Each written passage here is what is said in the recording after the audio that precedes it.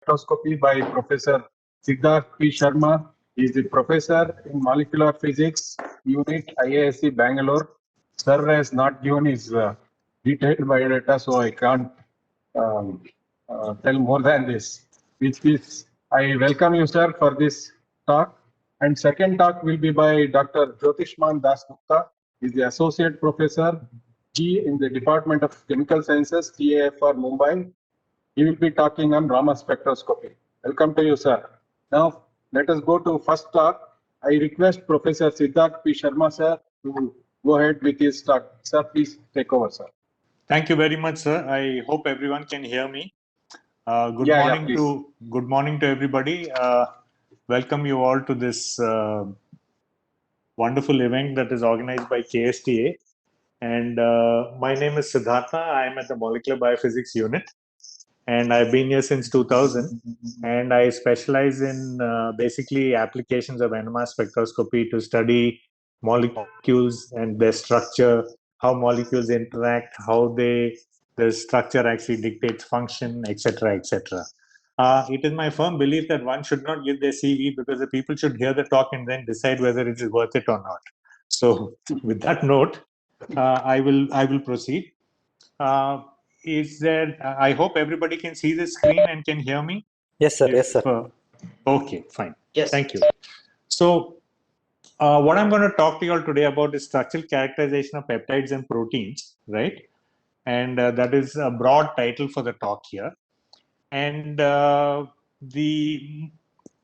don't know why I have this slide twice, but here, okay, the third one. So this is what I actually call this as exploiting chemical biodiversity of biological systems. And I hope I can get this meaning across to you all and how we use NMR spectroscopy to actually study these kind of molecules. So, I mean, before I will talk a little bit about the principles of NMR. I'm not going to actually sidestep that. But before that, I just would like to say that NMR spectroscopy is a very practical subject, okay? And it is rewarding when there is a sample to analyze, okay? This is extremely important. Of course, you need an instrument, okay? And the instruments are very expensive. I'm sure you all know how expensive NMR instruments are. And, very few places actually have these instruments. And lastly, one must actually have, this is very important, the knowledge to make most of this expensive instrumentation. All right. This is very important. And this knowledge cannot be transmitted in a 1-hour lecture or, and much like anything, whether it is Raman spectroscopy, whether it is infrared, whatever it is, it takes a lot of time. And as students, first, this seminar is to make you all actually know the scope of the subject and what all it can be used to study, how you can study it. And then much later on, in the course of your BSc or MSc or whatever, and PhD, if you'll go ahead for your PhD, you will get then the actual knowledge on the theoretical principles and the other extended applications of this wonderful method called NMR spectroscopy. Okay. Now, in NMR spectroscopy, there are some very, very important steps that one has to take. And in front of each of these, you can see that I put some stars. So the first star, the first one is, of course, a sample preparation, which is very important. And today, I'm not going to talk about sample preparation, but in fact, I'm not going to dwell in great detail on any of these, but just to tell you the importance of each step. So sample preparation, of course, it depends on the person who is interested in finding out something about a particular sample. It could be a protein, it could be a carbohydrate, it could be an alkaloid, anything, okay?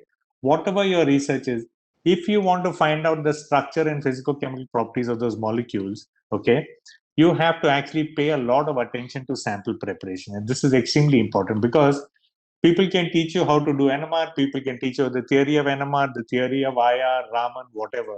But I don't think anybody can teach you how to prepare a sample. That is something that you have to train yourself in. It's very important. The next step in the process, of course, is you have to acquire NMR data. Okay. And this, if you do not have a machine, of course, you leave it in the hands of an expert. So, but of course, data acquisition is very important because after spending a lot of time making very expensive samples, you do not want to get very poor data. Okay. So for those who are interested in NMR spectroscopy or interested in their sample, it actually is good for you to learn a little bit about data acquisition also. The next one is after the acquisition, you have what is called as data processing, okay, where you acquire NMR data in the so-called, you have the time domain data, okay, and this is now converted into what we call as the frequency domain data, okay. So this is basically what the data processing is, and this is also a very important aspect. There are a lot of important steps that are involved in this, how to get the best signal to noise out of your data, how to get the best resolution out of your data, etc. Today, actually, I should add more stars out here. Today, I'm going to talk a little bit about data analysis and interpretation. Okay, this is the topic for today. This is another very important topic. Currently, I mean, the steps 2 and 3 involve very high level of NMR theory. Okay, and that cannot be completed in the confines of a 1 hour lecture. But data analysis, at least I can show you the method that is used. Now, I have here a very important thing that I put in a box, a statement which says a result is the outcome of data interpretation and not merely data acquisition. Okay. So whether you're a student who's doing BSc or MSc or any 12th standard, whatever it is, in any experiment, there will be an outcome from the experiment. Now that outcome has to be interpreted. Okay. Only when you interpret it does it become a result. Otherwise, it is just merely data. It's like, you can, it's just like a box filled with papers on which some numbers are written, but it doesn't make any sense. However, if you pull out all those pieces of paper from the box and you start segregating them as to how many say number 1, how many say number 5, how many say number 10, you then are now arriving at some sort of a result as to what the distribution of numbers are in that box. Okay. So please keep this in mind. This is very important. Now, as I said, NMR is a very practical subject, right? And one of the greatest applications of NMR is actually in chemical analysis. I know that this is supposed to be a talk on physical sciences, but I'm going to dwell a lot on chemical analysis because this is really where the power and the application of NMR actually comes out. Okay, so we know that in your studies in college you would have known already that many of the very interesting molecules, structurally interesting molecules come from bacteria such as antibiotics, vitamins. Okay, you would have come across these, whether it is penicillin, whether it is streptomycin, rifampicin, whatever, or vitamins like, vitamin C, vitamin B5, any one of the vitamins. You can go back and check up, or cyanocobalamin, very important. Fungi also are an important source because fungi also give you antibiotics and alkaloids. And for those who study natural products, you will know that alkaloids like ergotamine and bromocriptine, they all come from fungi, right? So they're another very important source. What about plants? I mean, we all know about plants because plants have been used in Ayurvedic medicine in this country from time immemorial, right? And plants have a lot of very, very interesting chemical molecules like, again, alkaloids, flavonoids, terpenes, which much of which is used in flavoring and perfume industry, or even simple things like your Vicks Vapor Rub, Amrutanjan. They all contain terpenes in them, right? Like your eucalyptus oil and what else? Menthol, if you remember, right? Molecules like that. Now, what about? I mean, one part that we never really think about is novel chemical molecules from animals, right? So animals, of course, like plants, also you can get enzymes, you can get hormones. Important hormones include oxytocin. I'm sure you'll have come across oxytocin, right? Which is used in inducing labor, right? Then what about insulin? Insulin is also obtained from animals, right? From pancreas of animals, and it is used in the treatment of diabetes for humans. Okay. Uh, so now I have here examples of molecules that are used in medicine from plants. You have a molecule like pseudoephedrine, which is used for nasal treatment of nasal decongestion. Morphine, of course, which is used for treatment of pain, and risperidone, which is used as a antihypertensive. At least it was used until recently, and now it is no longer used. And unfortunately, I've lost the structures here. You have artemisinin, right, which is used for treatment of malaria. digitoxin, which is used in congestive heart failure. And you have very, very interesting molecules, like many of these have been tested actually for anti-cancer activity, like this homoharintonine. Okay, you can see it has an extremely complex structure. Calanolide, curcumin, of course, you all know is from turmeric, right? It is actually used as in a lot of home remedies. Curcumin is used as an antioxidant, right? People will mix it in tea, people will mix it with milk and drink it. You mix it with oil and apply it on wounds. So curcumin is very heavily used. You can also obtain from marine organisms, like from Dolabella, you have this molecule dolastatin, which is anti-cancer, right? Tetrodotoxin is a deadly poison from the pufferfish that you can see in the picture here beside you. Hopefully you can see it. I have now, kind of increased the size. And then lastly, of course, you also have from corals, you have Discodermia, you have this Caliculin A. So many of these molecules have been actually studied for their anti-cancer activity, for their cytotoxic activity, anti-inflammatory activity, immunosuppressant activity, etc., etc. Today, I'm going to delve a little bit on a class of molecules which are peptide toxins from animals, right? So I have here alpha-conotoxin, charybdotoxin, then you have agotoxin and bungarotoxin. And these actually come from animal venoms, right? So when we think about venomous animals, the first thing we think about is like snakes, right? So krait produces a toxin called alpha-bungarotoxin, which will actually target the nicotine acetylcholine receptor. You have cobra, which is cobra toxin, which also targets the same receptor, right? You get from spiders, you get very deadly toxins, okay? You get agotoxin from spiders, and these are actually very, very poisonous, okay? So here at the bottom here, I have this funnel web spider, which I show in this box here, the funnel web spider. And this also produces a deadly toxin called atracotoxin. Of course, scorpions, we've all, seen scorpions. We know that, the scorpions also produce venomous molecules. And for instance, I have here an example of charybdotoxin. So one of the hallmarks of all these so-called molecules that I've spoken about is that they're all peptides, okay? And you all know what peptides are. Peptides are made up of amino acids, and they have, very tight constrained structures. One of the important things is that they have what are called as disulfide bonds. A lot of disulfide bonds which are formed between cysteine amino acids, okay, in protein chains, just like insulin has, right? And these molecules are very, very stable, okay? They're very stable to, proteolytic activity. They're stable to heat, and they act on all the various muscle and neuronal receptors. I'll come to that immediately. So one class of molecules, an important class of molecules, are actually called conotoxins, right? And these are produced by marine cone snails of the Conus species. And they are actually paralytic components of venom, okay? And they are made up of amino acids. Like I told you, that they range from 8 to 50 amino acids, and they can have 1 to 5 disulfide bonds. So this is the interesting part about these molecules. Now, what the cone snails do is actually they are predatory animals. So what they will do is they will actually sting either fish, like I show you here on the side, okay, here, and then they will paralyze the fish and they'll engulf it. They can actually sting worms, like I show you out here in this particular to the left, vermivorous. They are called vermivorous cone snails. You have molluscivorous cone snails, which will actually target other mollusks, like even things like oysters and, those kind of animals in the ocean.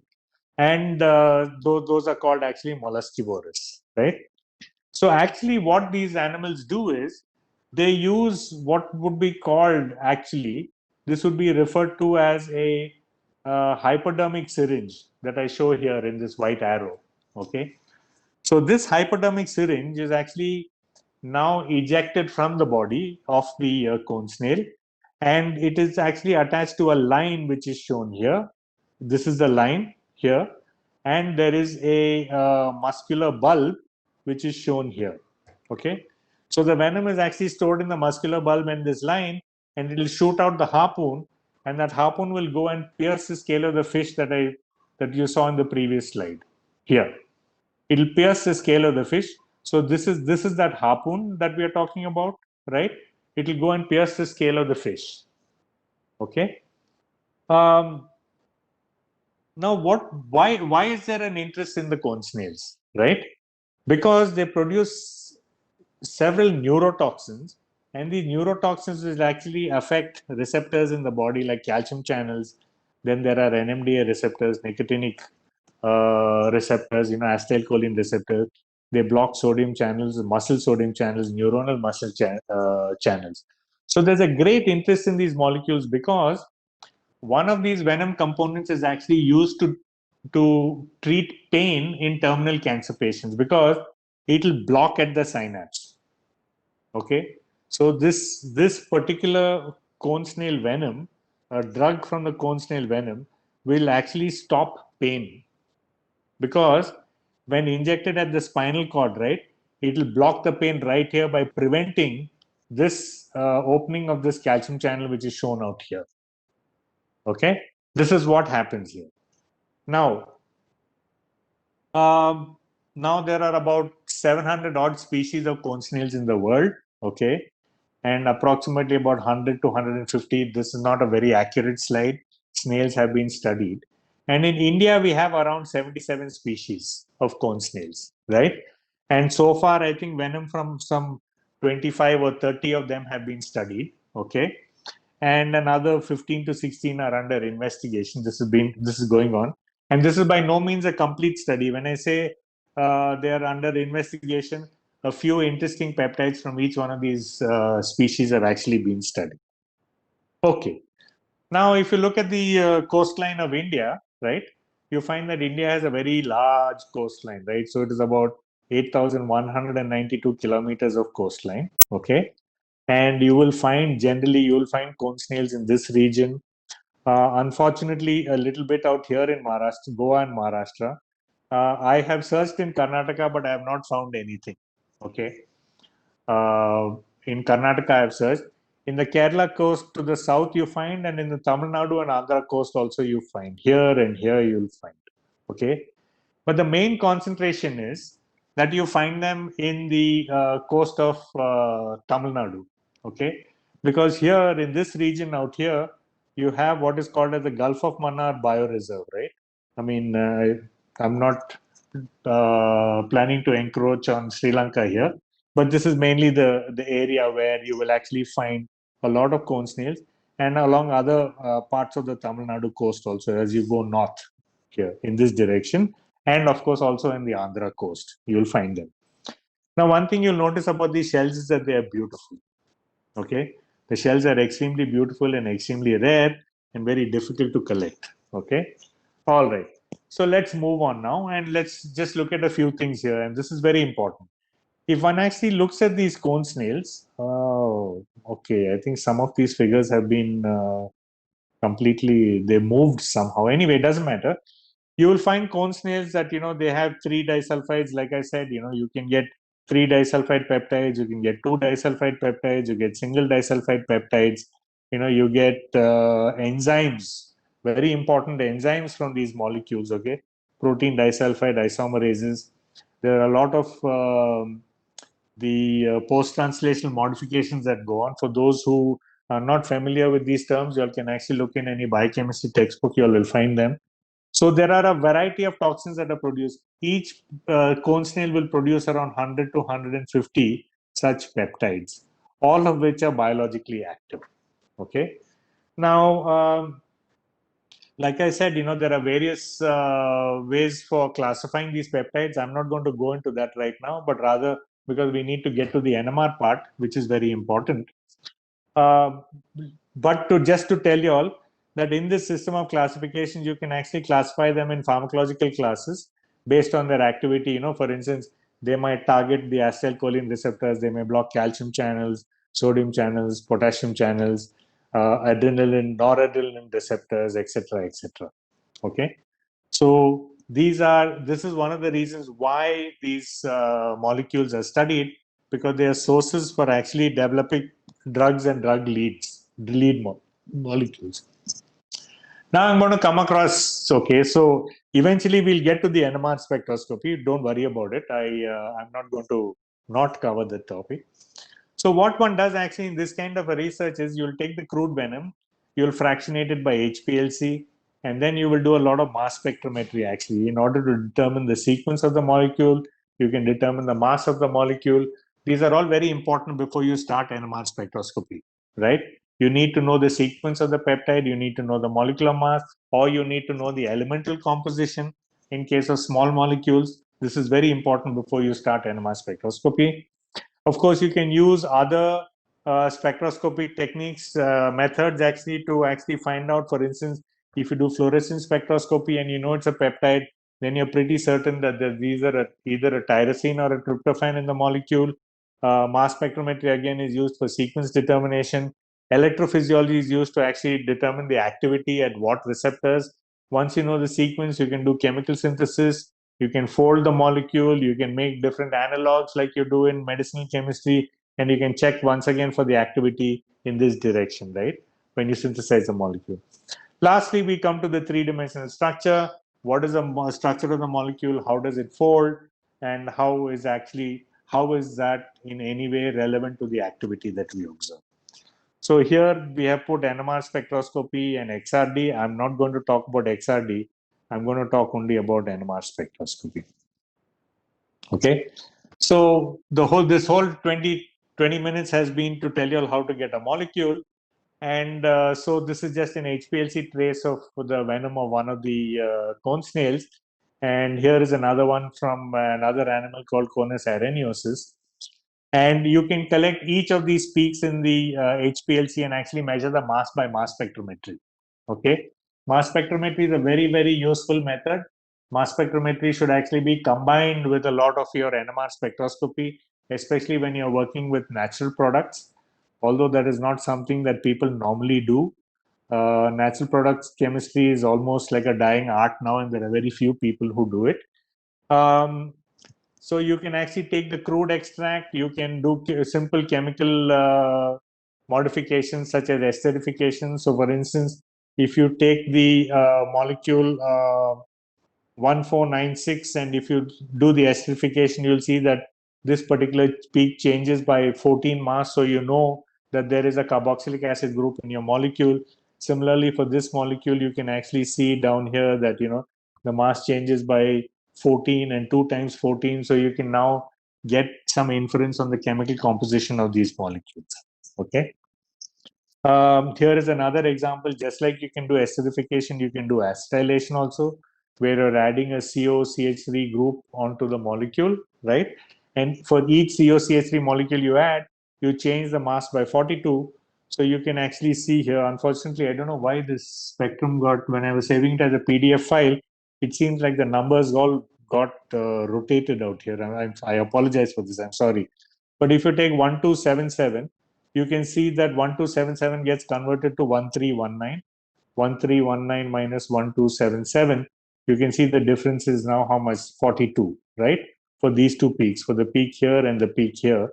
And you know that there is either a free N-terminus or a lysine amino acid, because basic amino acids are the ones which are going to get converted to the upon acetylation. Okay. The next step in the process for such study of such molecules, of course, is to determine the disulfide. Each time you modify it with something like iodoacetamide, you're going to add excess mass of 57. If you add N-ethyl maleamide, you will add around 126 as the mass to the molecule. And therefore, doing these so-called reduction and alkylation reactions, you'll be able to actually ascertain how many disulfide bonds there are in the molecule. And if you have, for instance, if you have 2 disulfide bonds, then you know that there are 4 cysteines in the sequence, in the peptide sequence.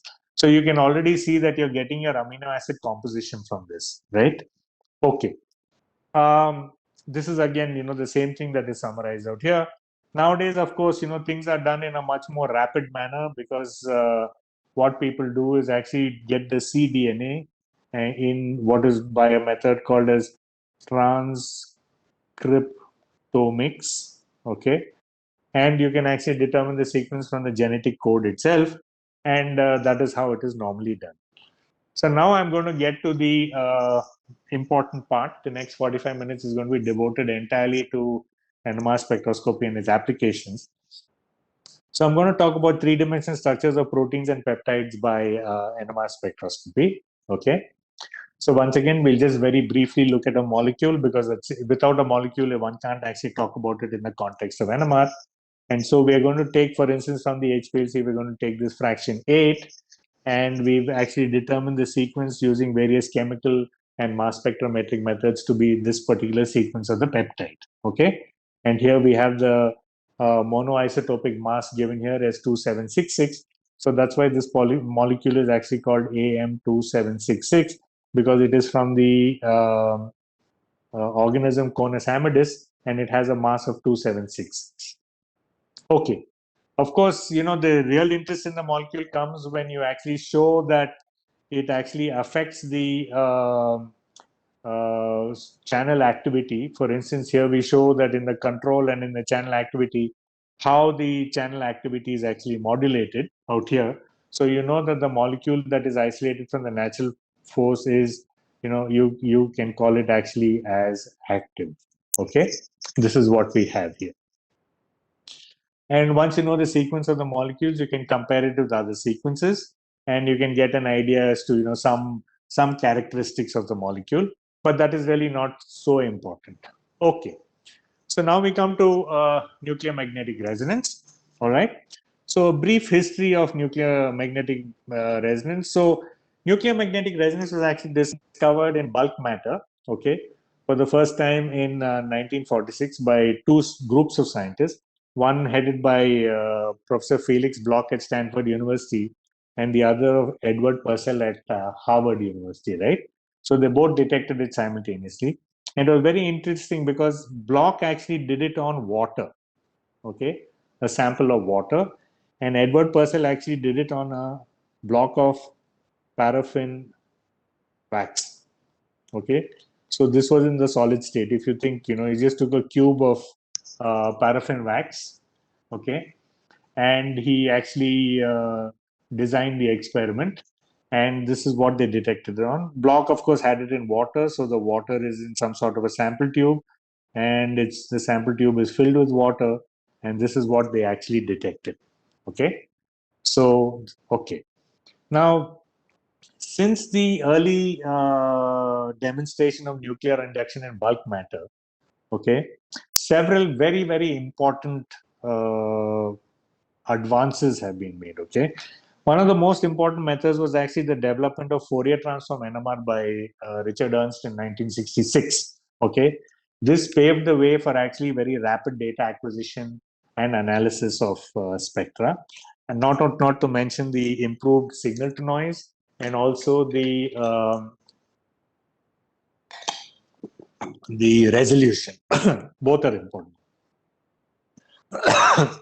One of the greatest contributions of magnetic resonance has actually been in the field of MRI. Okay. Right. So NMR-based imaging experiments were introduced in 1973 by Professor Paul Lauterbur and Arnold Mansfield. And they actually did these first imaging experiments. And today we cannot almost practice medicine without MRI, right? Because I'm sure each one of you all would have seen, you know, an MRI, you know, either in some magazine, or maybe even an MRI of a close relative at home. And you can see that the incredible resolution that you get with MRI, which helps doctors actually diagnose, okay, accurately various diseases and problems that, you know, the patient could be facing. Another important development was the development of two-dimensional NMR by Richard Ernst's group again, and in Switzerland. And so the first paper, of course, was, yeah. Hello. Yes, sir. Yeah, if someone has a question, or Hello, I think he's cutting. No, sir.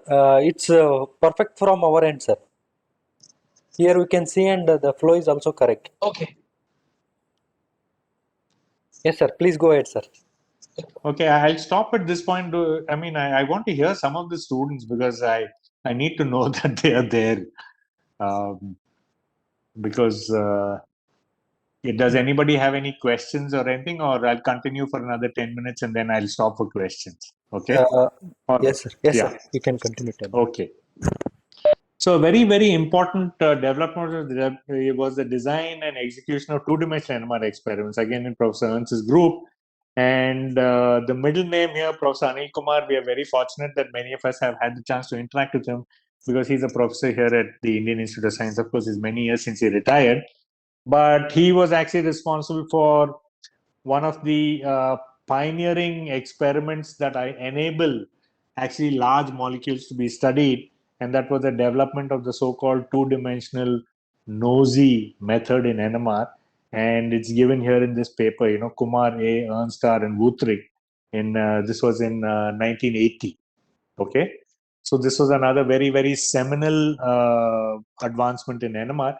Since then, there have been many, many advancements. Okay, so I'm going to just change gears here a bit to now talk a little bit about NMR, right? So NMR and the NMR spectroscopy, right? NMR spectroscopy, or the spectroscopy, okay, are all manifestation of the nuclear spin angular momentum. Okay, nuclear spin angular momentum, nuclear spin angular momentum, or spin angular momentum. Okay, they're all referred to by the same spin angular momentum, or just spin. Okay, sometimes it's all just referred to as spin. Now, quantum mechanics tells us that the angular momentum is actually quantized, right? And P is actually given by the total angular moment is given by I into I plus 1, okay, H bar, where I is the spin quantum number. Okay, I is the spin quantum number. Now, one thing we need to know is that this nuclear spin angular momentum is an intrinsic property. Okay, we are not going to ask where it comes from, because normally we associate angular momentum with rotating objects, large rotating objects in the macroscopic world. But in the case of the for subatomic particles and fundamental particles, they have what is called as intrinsic spin angular momentum. Okay, and that's what we are worried about. H bar here equals h over 2 pi, where h is actually Planck's constant, and that is what is described out here. Okay. Now, it so happens that so nuclei which have a angular momentum, a spin angular momentum, also possess what is called as a magnetic moment. Magnetic moment, which is given by mu. Okay. This is also just another fundamental property. Right now, we are not going to go into ask how, where, when, and why this happens. Okay. And what is important is that the magnetic moment is related to the angular momentum by a quantity which is known as gamma, which is the gyromagnetic ratio. Okay, gamma is a gyromagnetic ratio, and basically what gamma tells you the sensitivity, okay, of the spin, okay, to a magnetic field. Okay, that's what gamma tells you. Gamma is the gyromagnetic ratio. Okay, now it so happens also that because of quantum mechanical restrictions, you can define only one of the components of angular momentum.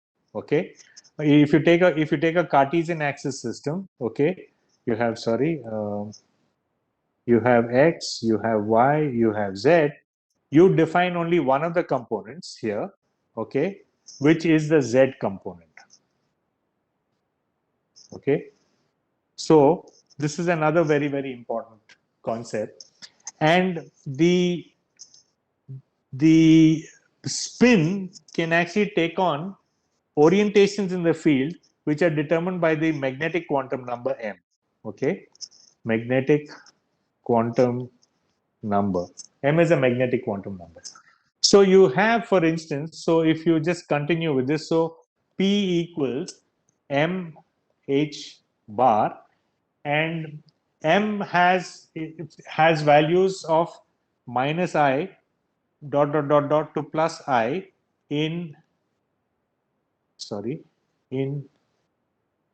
integer steps. Okay, that is minus I plus 1, to minus I plus 2 dot dot dot dot dot to I. Okay, so you'll have minus I plus 1 dot dot dot all the way to I. Now it so happens that not all nuclei have the same spin quantum number. Okay, I told you that right here I told you that I is the spin quantum number.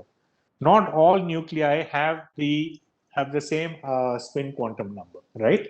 So for instance, if you have a spin with I equals 1/2, right, then M can take on values from minus 1/2 to plus 1/2. So there are two possible values for the orientation of the magnetic moment in the field.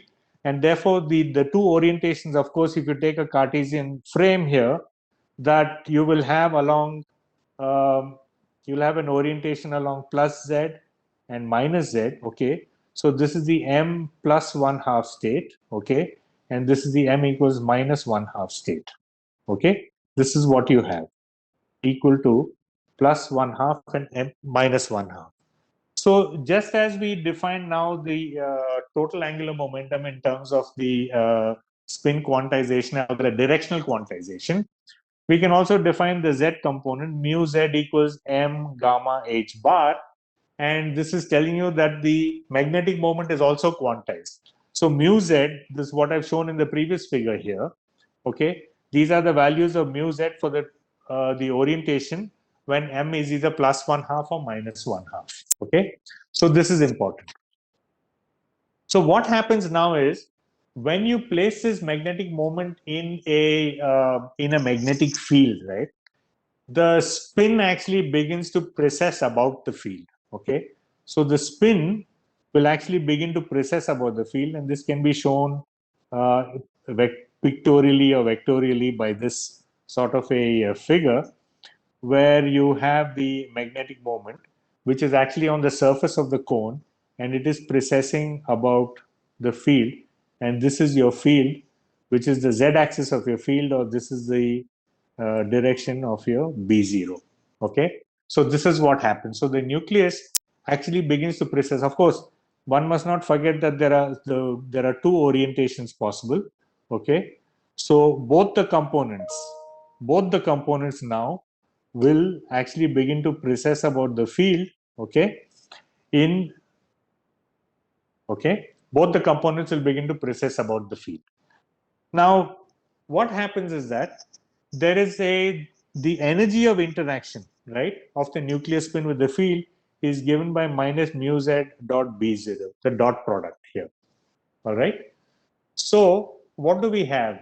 We have here the E equals minus m h bar gamma B0, which we are taking from the previous relationship that I had written. Okay, substituting for u.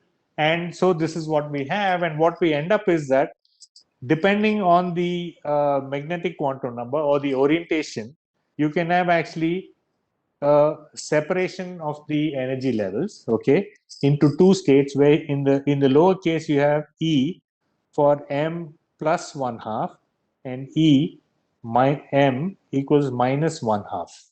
Okay, m equal to minus 1/2. Okay, there should be an equal to sign out here. Okay, so this is what we have. So now let's look at it a little bit more closely. I'm going to now draw the energy levels. Okay, so I'll draw it out again. So here you have, for the m equals plus 1/2, you have E plus 1/2 equals minus 1/2 gamma h bar B0. And here you have E m equals minus 1/2. Okay, you have E minus 1/2 equals 1/2 gamma h bar B0. Okay. Now, of course, if you take the difference in energy levels, delta E equals 1/2 gamma h bar B0 minus 1/2 gamma h bar B0. Okay, this is going to be basically gamma h bar B0. So this is the difference in energy between the two states. Okay, the difference in energy between the two states. And now you can see here that if we actually have, so since this energy difference, delta E, okay, equals, what is it? H bar gamma B0 or equal to H bar omega. We define now a term omega equals minus gamma B0. Okay. Or sorry, what will it be here? It'll be, okay, just to avoid confusion, we'll call omega equals gamma B0, right? Now, this is the angular frequency, okay, at which the spin will precess about the B0 field, okay? Now, please note that in the absence of an external magnetic field, the two energy levels will be of almost the same energy, okay? They will be degenerate, okay? In the absence of a B0 field, the two states will be degenerate, okay? And you will not actually observe this quantization that we're talking about. Now, this separation of the energy levels is then called the Zeeman effect. Okay, the Zeeman effect. Okay, and the separation energy is given by this term h bar omega. You can of course substitute it. You will get, this is in angular frequency units. In frequency units or cycles per second, it's going to be E equals h nu. Now, therefore, in order to cause transitions between these two states and in order to observe a signal, we have to apply an energy that is proportional to this difference in frequency. And it so happens that this energy difference is in the radio frequency range of the electromagnetic spectrum, okay, of EM spectrum, okay. So that is why NMR spectroscopy is actually carried out in what is called as a radio frequency range. Okay. Now I told you that not all nuclei have spin 1/2. So several important nuclei where we are concerned. For instance, if you take 12C, 16O, they all have I equals 0. Okay. So a significant proportion of the elements in organic molecules are actually NMR silent. You cannot observe them. However, you have protons. So I have listed out here the spins which have I equals 1/2. And important nuclei include the proton, C13 and 1531p. And we can also add 19F to this because 19F is used very heavily in synthetic chemistry. Okay. Does anybody have any questions about this? No, sir. I have requested participants to enter in the chat box or Q&A Chat section. box? Yes, sir. Okay, I don't So know. as Has of now- anybody added in the chat box? Okay, fine. Then I will continue. Yes, sir. Please. continue. So this is basically how the NMR experiment. I mean, this is the theory behind the NMR experiment. It's a very short introduction to the theory, but basically, when you have a nucleus which has a spin quantum number, or rather, the spin quantum number is not equal to 0. Okay, the spins will align in the field. Okay, and the number of orientations possible will be dictated by the spin quantum number I, and it will range from minus I dot dot dot dot to plus I in integer steps. Okay, in integer steps. This is very important for you all to know. And now, based on the frequency difference, if you apply electromagnetic radiation, you will cause transitions between the lower energy state and the higher energy state, and you will actually observe the signals in an NMR spectrum. So basically, what happens in an NMR experiment is that you apply what is called as a pulse. Okay, you apply a pulse which is in the radio frequency range.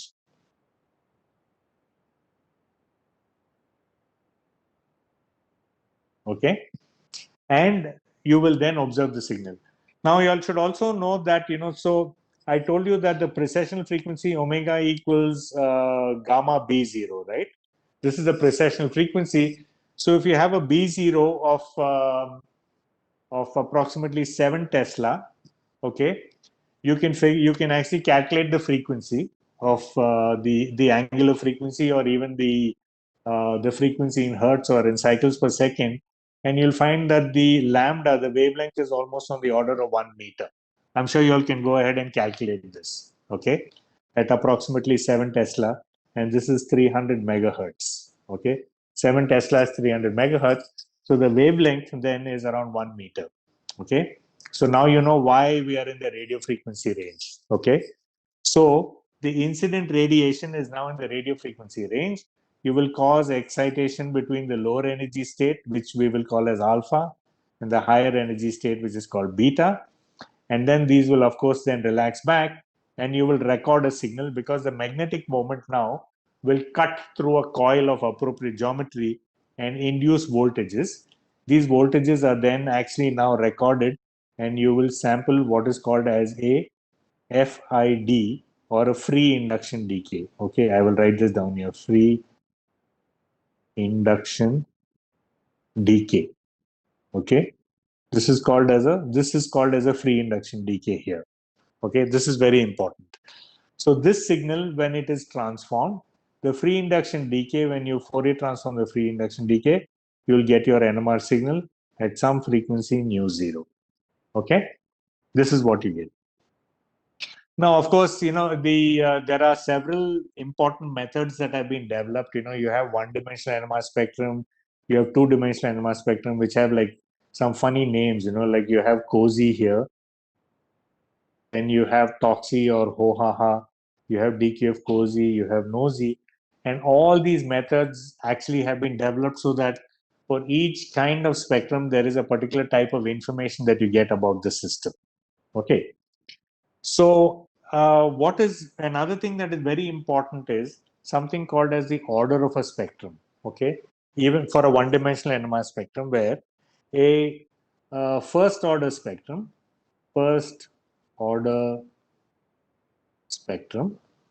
okay, is one in which all chemical shifts and all couplings are resolved. Okay, what do I mean by this? So the chemical shift, of course, is where the lines appear on the horizontal axis, right? So these values are the chemical shifts out here. Okay, for instance here, these values on the horizontal axis, these are the ones which actually, I drew those out because I erased them so that it won't cover. So this is basically the chemical shift. And the chemical shift comes about because when you place your molecule in a magnetic field, you have electrons, right, in the bonds. Like for instance, if you take CH or you take a CC bond, whatever, and these electrons are now induced to flow because of the magnetic field. Okay, and when these electrons flow, they will induce their own magnetic fields, which will basically act in a direction opposite to the main static field. Okay, and this is called as shielding. Okay, this is actually called as nuclear shielding. Okay, now the nuclear shielding will depend on the bond. Okay, so whether it's a single bond, whether it's a double bond, whether it's a triple bond, or whether it's in an aromatic ring, okay, or it'll also depend on the type of substituents that you have. Okay, for instance, if you have a benzene ring, let's say with a nitro group attached, or a benzene ring with a aniline amino group attached, if you take even a simple molecule such as if you take ethanol, right, you have CH3, CH2, OH. If you take the spectrum, you'll find a line for the CHOH, you'll find for CH, and you'll get a line for the CH3. Okay, CH3, CH2, and you'll get for OH. And the axis is called the chemical shift axis. Okay, it's called delta. Please don't mind my drawing skills here. The spectrum actually looks horrible out here. I'll try and redraw it. I'm not used to writing on this book. Okay, never mind. It should be taller. All right. CH3. So this is what is called as a chemical shift. Okay, this is called as a chemical shift, and it's given by a dimensionless unit called parts per million. Okay, it's given by that. Okay, so when we look at the various NMR and NMR parameters, right? We have the chemical shift, which I just told you, where it appears on the radio frequency axis, and like I said, it depends on the bonding and the hybridization, whether it is sp, sp2. It depends on the electronegativity of the substituents, whether there's a chloride, whether there's a bromide, fluorine, whatever. All that will affect where the various protons in the sample will appear in the spectrum. Okay, this is important. So the chemical shift defines the location of an NMR signal along a radio frequency axis. Spin-spin coupling constants actually characterize what are scalar interactions. So if you have like ACH, right? So you have a nuclear spin. Okay, we won't take CH as an example. That's not a particularly good example. So if you have two hydrogen atoms, right? We'll call one as HA and we'll call the other one as HB. The nuclear magnetic moments of spin A and spin B will actually interact through the intervening electrons. Okay, through the intervening electrons, through the bonded electrons, because of which HA will see HB in two orientations. Okay, one in which HB has a spin which is pointing in the direction of B0, and another in which it will see, so this will, let's say that this is HB, and another in which HB, if this is B0, will be pointing in the opposite direction. So it will see two orientation. So because of that, the spectrum of A will appear now as two lines because A is coupled to B, and this is mediated by the intervening electrons. Okay, so you have HA which is split into two, and this separation in lines is given by J. Similarly, if you take the spectrum of HB, it will also be split in two, and it will have the same value which is called JAB. Okay, I'll show you all examples of this. The other important thing is the NMR line intensity, because it tells you how many protons or groups of protons are actually contributing to the NMR spectrum. All right. So for instance, if we go back here, the CH3 has 3 protons, the CH2 has 2 protons, where the OH has only 1. Okay. So if you calculate now the area under the curve, okay, these areas should be in this proportion of 1:2:3 for ethanol. Okay, the areas under the curve, or the so-called integration, or you'll see it referred to as integral values, okay, will be in the ratio of 1:2:3 in the case of ethanol. For whichever molecule, I mean, like, each line will be proportional to some number of protons that are contributing to the intensity of the signal. Another very important parameter is the so-called nuclear Overhauser effect. I will come to that as we go along. And then we have relaxation and T1 and T2. Okay, T1 and T2 relaxation. We won't discuss that today because I think we don't have enough time for this. And then we have the resonance line width, which is actually dependent on T2. And then we have NMR exchange. All these will actually manifest in the NMR spectrum, but we will ignore these for now. I'm going to introduce two terms here now, okay, at this stage. One is called chemical connectivity and the other is called geometric connectivity. So chemical connectivity, that is a connectivity through bond in an NMR spectrum, and is established on the basis of the J couplings or scalar couplings, okay, scalar couplings, okay.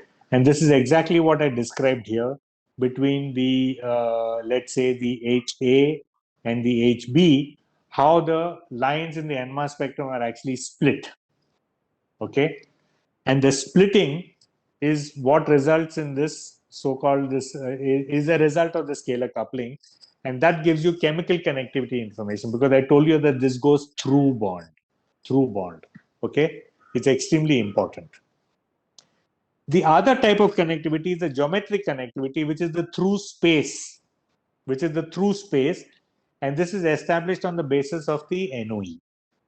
Okay, so let's take a simple example. If you take, I already showed you the in the first spectrum that I discussed about ethanol, where I did not take into consideration scalar connectivity, but now the chemical connectivity.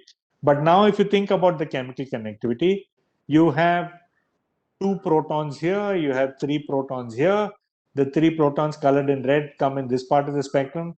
They're coupled to 2 protons, and it follows what is called as the 2ni plus 1 rule, where n is the number of coupled protons. Okay? So if you take, for instance, if you take the CH3 group, it has 2 protons coupled to it. So 2 into I, because I equals 1/2 for a proton, plus 1, this will equal 3. Okay, plus 1 equals 3. Similarly, for the CH2 now, you have 3 protons. You have 2 into 3 into 1/2 plus 1, okay, equals 4. Okay, I'll put this in, okay, doesn't, please pardon the colors out here, okay, but I'm sure you'll understand what I'm trying to tell you here. Okay, this is for the CH3 and this is for the CH2, right? Now you take a case of, let's say, acetaldehyde. It seems like a simple spectrum.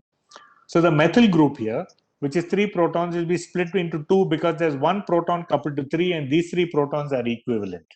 Similarly, the aldehydic proton will be split into 4 because you have 3 protons coupled to it, right?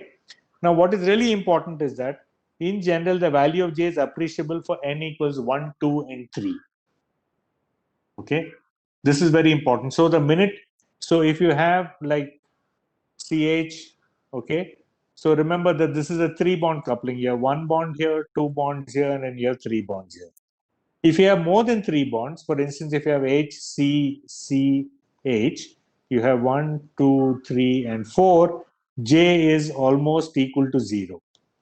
J, okay, in this particular case, is almost equal to 0. Okay. 1 bond proton-proton couplings exist only in the hydrogen molecule, so we are going to ignore that. But you can have heteronuclear coupling like CH, NH, 1 bond coupling. Remember that you have to take into consideration that the spin quantum number for 13C, I equals 1/2, 15N, I equals 1/2. Okay, you have to keep these in mind. These are very, very important when you're thinking about coupling. Okay. So here is another example, a very good example. So you have now propanaldehyde. Okay, let's take the methyl group here first, CH3. The CH3 appears as a wonderful triplet because it is coupled to 3 of the 2 CH2 protons. Similarly, the aldehydic group here, okay, will show up as a triplet because it's coupled to the 3 CH2 protons. But if you take now the CH2 protons, it's a much more complex spectrum because the methyl group will split it into 4 lines, just like we had for the acetaldehyde. The methyl group will split it into 4 lines. And then it is also coupled to the aldehydic proton, which will now split each of those lines into 2, if you all can see it clearly. Okay. So the first quartet comes because of coupling to the methyl group. Then these doublets, okay, these much smaller doublets that you see here actually come because of the coupling to the aldehydic proton. Okay, is that part clear? Okay, if that is the case, I'm going to now move on to the last part where I'm going to talk about a little bit of the analysis and how it is done. So if you take if you have simple molecules such as, you know, propanaldehyde, acetaldehyde, ethanol, of course you get what is called as a first order spectrum. All the couplings and all the chemical shifts are resolved, and you can actually now make you can make your analysis. It's not very complicated. When you go to larger molecules, for instance, if you see strychnine, there are 22 protons, and all of them are now restricted in this region of the spectrum. This, of course, is an internal standard. I have not discussed internal standards and those parameters, but 22 protons now resonate within this region, okay, on the x-axis. What happens if you go to a much larger molecule? Let's say you take a protein like ubiquitin. There are 629 protons, right? All of them within this range here. All of them are within this range, right? So how does one analyze a spectrum such as a protein? And ubiquitin today is considered a very, very small protein, right? How do you analyze this? Well, I mean, in the first part, I mean, you'll be really worried. 629 protons. How do we analyze this? Well, you shouldn't have to worry, because in the first part of the lecture, I told you a little bit about mass spectrometry, and spectrometry, not spectroscopy, please remember, mass spectrometry, and the sequence, okay, of the peptide or protein, sequence of protein, right? I told you all about this. Once you know the sequence of the protein, you don't have to worry, because you can actually make assignments, because you know the structures of the 20 amino acids. You know the stereochemistry of the amino acids, right? You know the stereochemistry of the amino acids. Of the 20 amino acids, they're all L amino acids. There's only one amino acid which is not chiral, and that is glycine. Glycine, of course, is shown here in this figure. So you know the stereochemistry and you know the chemical connectivity. So all you have to do now is to actually assign the spectrum. It's easier said than done, right? So now what you're doing is, if you look at 3-bond couplings, right, you can see that between the backbone NH and the backbone H alpha, you'll see a 3-bond coupling. You'll see 3-bond coupling between H alpha and the H beta. Let's say if you have a case of a valine, and of course you'll have beta between the methyl groups, right, in the case of valine. Now, if you look at across the peptide bond, okay, you have what is called as a long range coupling. This is 4 bonds.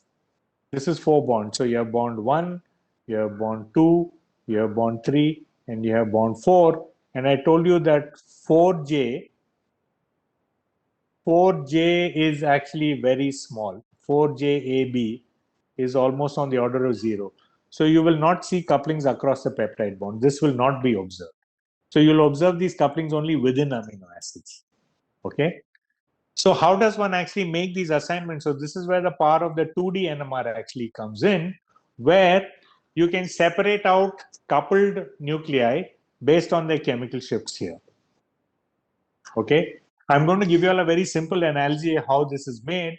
So for instance, if you have, let's say, 3 families, okay, and 3 generations in each family, all go for a picnic together, right?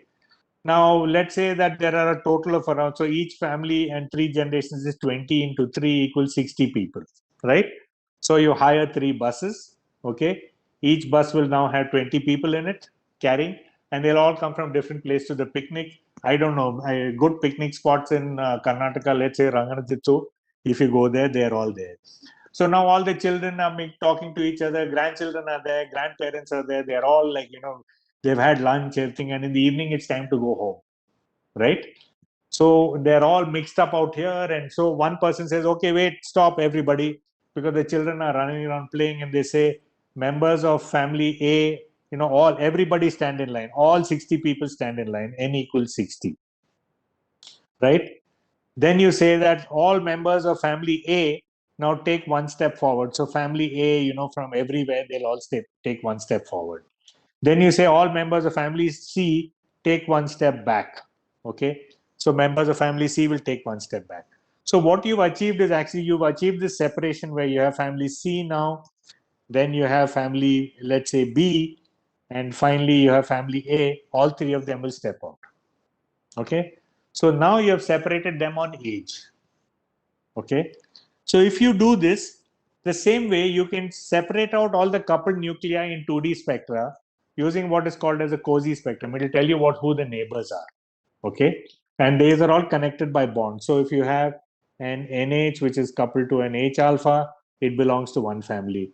If you have another amino acid, right, you have an NH, let's say NH which is coupled to a H alpha, this is of a second family. Then you have again, you have an NH which is coupled to an H alpha. This is now the third family.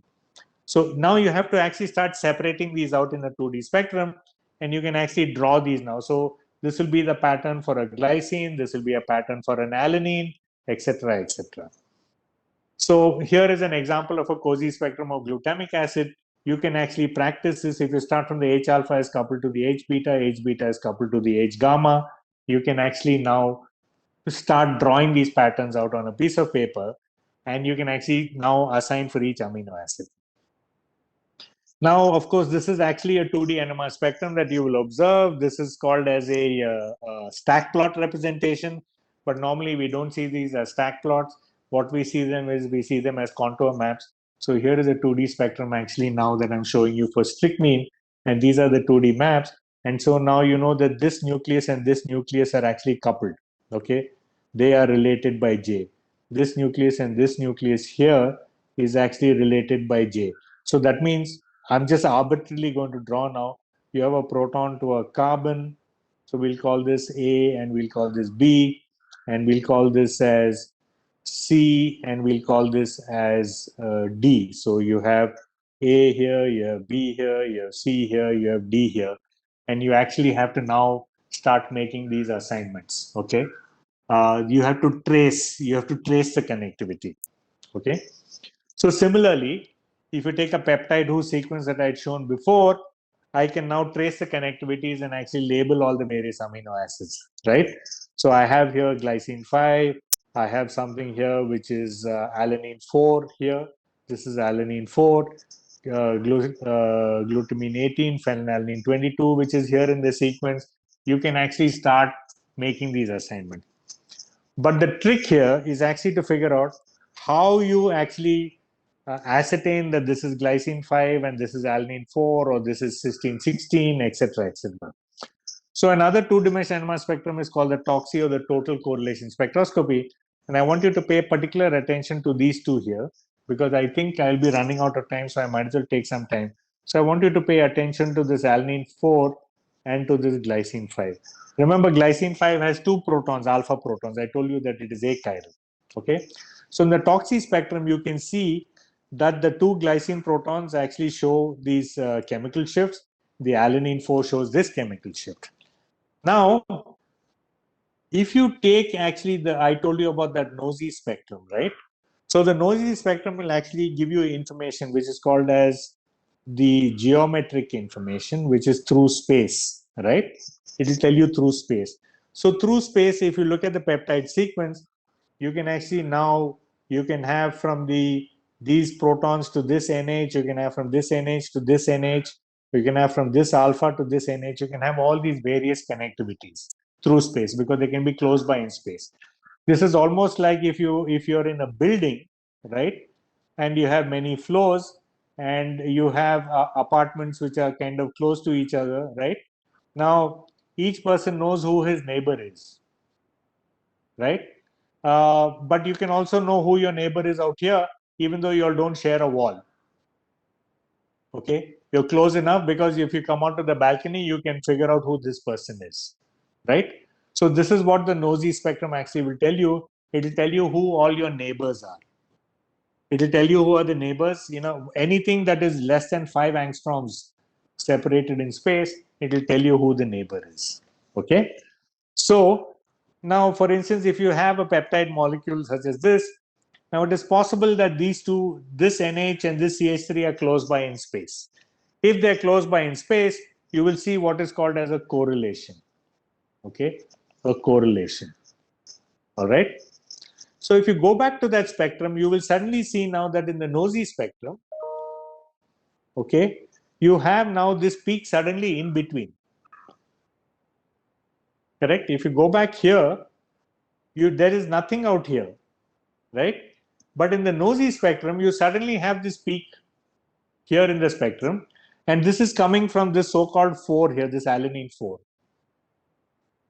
Okay. Now, using that pattern recognition that I told you earlier, you can actually identify that 4 belongs to an alanine, okay, and what I called 5 belongs to a glycine. But one must be very careful because there is also an alanine here and there is a glycine here. So which one do you think it is? Is it alanine 4 to 5 or is it alanine, let's say 21 to 18, right? Because glycine 18 also exists.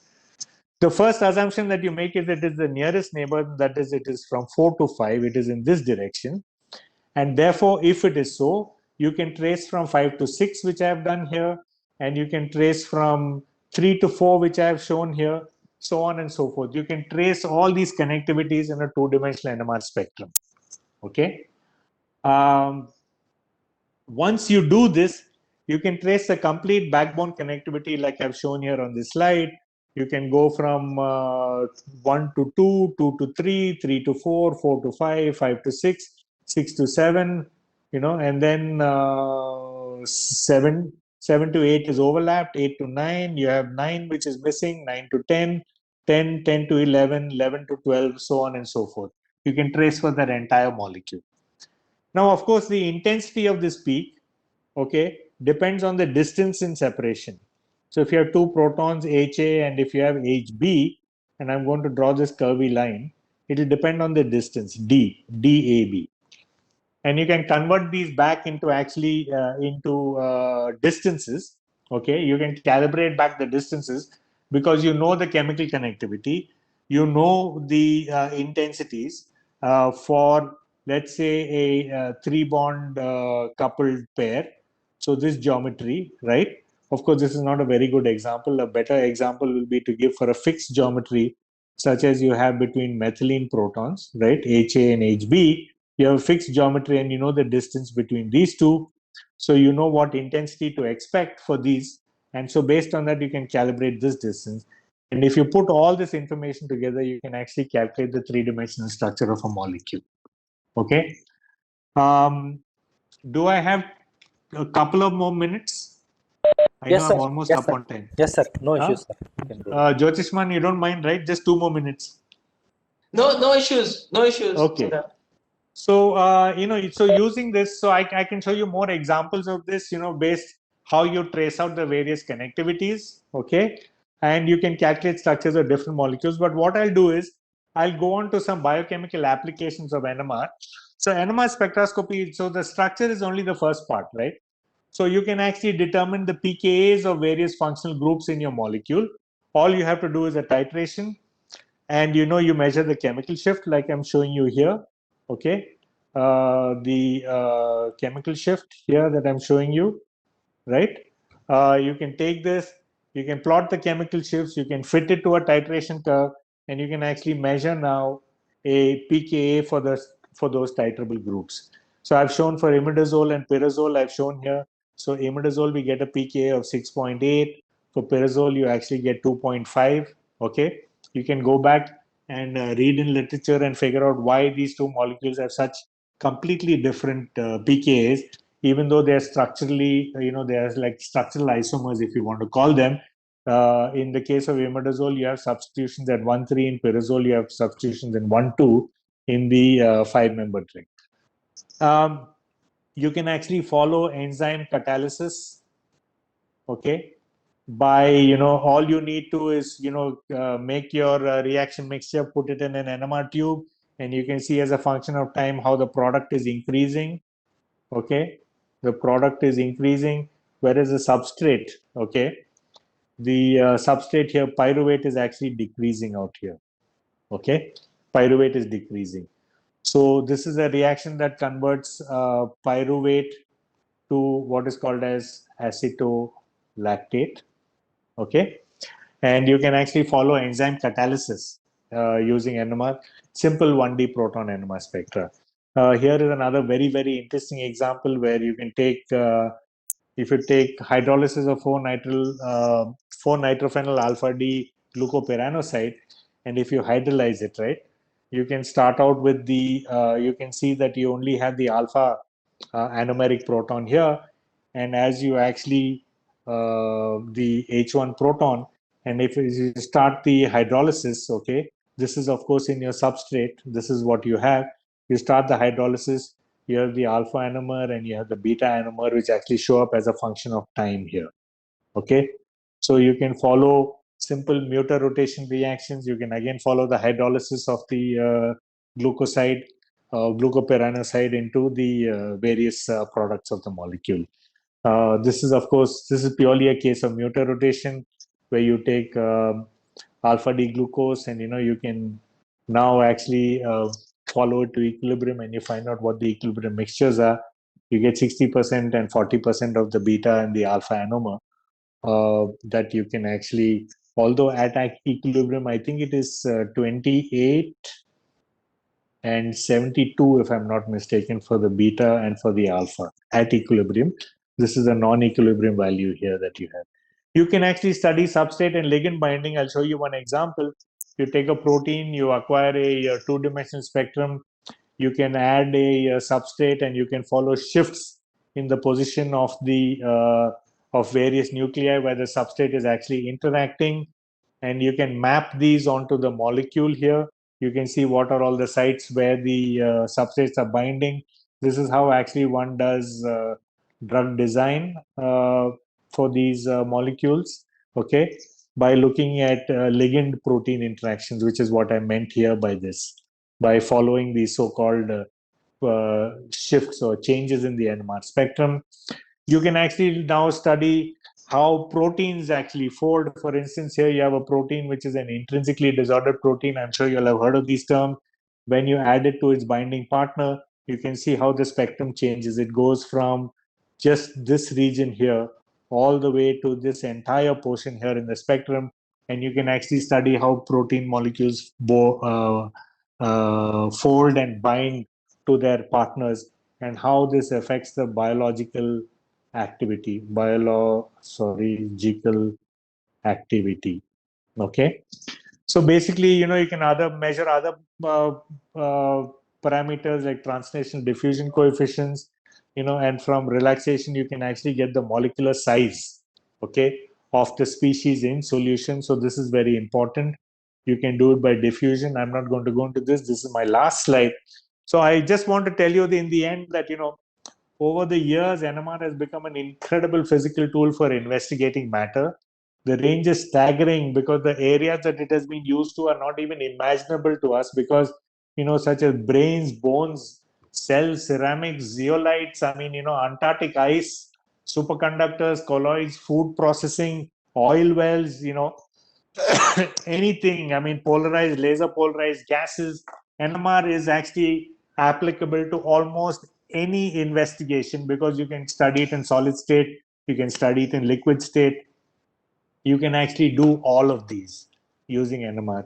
So with this, I will stop and thank you all for your attention. I have gone over time, I'm sorry, by 5 minutes, but it's a long topic, and a lot had to be covered in order to get the points across. I hope it has been of some use and enjoyable to you all, and I'll take any questions that you'll have. Thank you very much, Or sir. if you want me to come back later on to answer questions, I can even do that. I think it is Jyotishman's time now. No issues, sir. There are only 2 questions. We can finish it off now. Okay. Yeah. What do you mean by scalar coupling? One participant has asked that. Okay. Scalar coupling, basically, like I told you, if you have nuclear spins, right? If you have, let's say that you have F, okay, that is bonded to H, right? Now, if you take the bonding electrons, right? Okay, now you'll still have to observe the Pauli principle, right? So in the bonding electrons, and you'll have the nuclear spins, okay? So in the case of fluorine, the nuclear spin is, let's say, up, the proton is down. You can have another situation where you can have,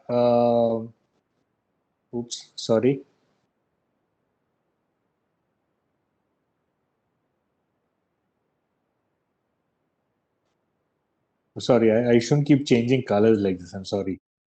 We'll go back and first I'll do the blue. You have this. So you have the nuclear spin up and you have the electron spin down. Now, because of this, so these have two different orientations. So where the fluorine is concerned, okay, the proton is now in two different orientations, and this is mediated because of the via the bonding electron. Sorry. So via the bonding electrons. Okay, this is a simplistic explanation that one can give. Because of these two orientations now have different energy, and therefore the fluorine will now split into two signals, which is JHF. Okay, this is a coupling between fluorine and proton. Is this clear? Yes, sir. I think the participant has got a clear idea on this. And The participant can tell me it's okay. Yes, sir. Okay, what's the other question? Yes, sir. They have typed it. Yes, sir. Okay. Sir, there is one more Check. question. What is the effect of electron on Lamarck frequency? Okay. Now, this is an interesting question. So, if you take, for instance, let's take the hydrogen, right? So you have the nuclear spin, which I'll draw in blue, okay, and then you have the bonding electrons. Now, the effect of the electron on the Larmor frequency is actually for the two electrons are actually, if you take in a bond, right? Sorry, if you take in a bond, right? The two electrons are actually paired. They're paired and they're in bonding orbitals. So this is a diamagnetic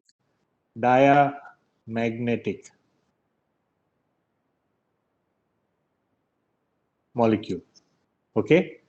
So if you take, I don't know, if you take this to be a carbon, I'll probably draw carbon here.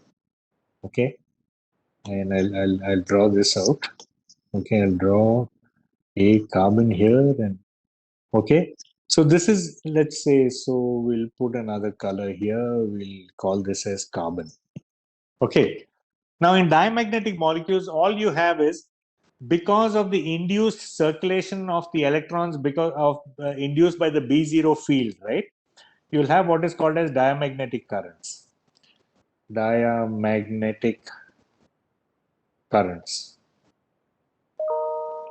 Okay. So this is what will contribute to the so-called chemical shift. So the effective field, okay, is 1 minus sigma B0. Okay. So the effective field is affected by what is called as the shielding constant. And like I told you, this will depend on the bond order, whether you have single bond, double bond, triple bond, and the hybridization. But if in case you have an unpaired electron, then the effects are very significant because then your molecule actually becomes paramagnetic. Okay, then the effects are significant on the nuclear spin. It has a significant effect on the Larmor precessional frequency. It has a significant effect on the relaxation also. But this is a more complicated topic to go into right now. I hope this kind of at least differentiates between bonded electrons and unpaired electrons. Okay. Please remember, I'm talking about bonded electrons and unpaired electrons because you can have non-bonded electrons which are also paired, like in nitrogen. Okay. And they will have what are called as these diamagnetic currents. Okay. Is that clear? Yes, sir. Thank you, sir. Sir, Okay. last question we will take, and rest questions will be taken offline with the help of feedback form. Then we Sure. will get you. Yeah. The last question is, can we use NMR for peptide membrane interaction using Of course. mimetic environment? You can. But when I say, of course, I mean, I'm telling you as an NMR enthusiast, one has to look at the system at which they're looking and how to do it. Whether you need to do it through solution state NMR, I did not, or even solid state NMR. One has to look into these very carefully. Okay. Solution NMR, solid NMR. But yes, you can study it. It's a very good question and you can study it. Great, Okay. sir. Great, sir. Thank you, sir. Thank you. Yeah. Thank you, sir. I apologize to the students because it's a very, very vast topic and there are many things that I would love to tell. But unfortunately, the time is limited. Yes, But if sir. anybody has any questions, they can email me. If some Sir. college somewhere wants me to describe something to them for some time, I'm ready to do it. Yes, sir. Yes. Okay. Especially if it is online, I can even do it at 8 o'clock at night from my home. Sir, still Ah. there are questions pouring in the chat box. Okay. I will drop you Okay. the feedback. Okay. Yeah, we will Okay. take it offline. Okay. Or we Yeah. can. Thank you so much. Thank you very much, sir. Such a wonderful. and Jyotishman, I'm mesmerizing- sorry. No, don't worry, Siddharth. It was a pleasure to listen to you after a long time. So, Okay. Thank you, sir. Sir, Thank you. Professor Siddharth sir, it was a very informative and interactive talk on principles and applications of NMR spectroscopy. I'm sure students have got good information to broaden their horizon of their knowledge. Thank you very much, sir. Thank you very much. Thank you. Yeah. Now I'll Maybe now I welcome. I will just turn on my video for the students to see me once. Yes, Thank sir. you Yes, very sir. much. Yes, sir. Yeah, Thank you. please, please. That will be nice. Okay. Yeah. Okay.